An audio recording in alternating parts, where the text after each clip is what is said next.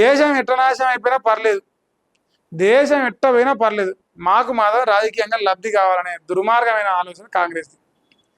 ఒకడు అంటాడు కాంగ్రెస్ ఎమ్మెల్సీ వాడు నలికుట్లోడు, వాడు ఏమంటాడంటే దేశంలో యువతట ప్రభుత్వాలను ఏమంటారు వెంటబడి తన్నీరు వస్తాట. ఇది బంగ్లాదేశ్కి వచ్చిన పరిస్థితి వస్తుంట, ఆఫ్ఘనిస్తాన్కి వచ్చిన పరిస్థితి వస్తుంట, ఇంకా మిగతా దేశాలకు వచ్చిన పరిస్థితి వస్తుంట. అంటే ఈ దేశంలో ఒక వ్యక్తి పైన ఒక ప్రభుత్వం పైన కోపం ఉంటే ఈ దేశం నాశనం అయిపోవాలని కోరుకునేంత దుర్మార్గమైన ఆలోచన కాంగ్రెస్కు ఉన్నది.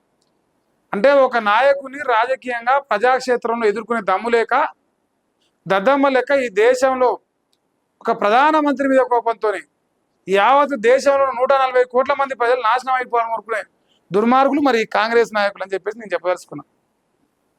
కనిపిస్తున్నాయి కదా, కళ్ళకు సాక్ష్యాలు కనిపిస్తున్నాయి కదా. ఇంకా మీ గురించి గొప్పలు చెప్పేది ఏముంది?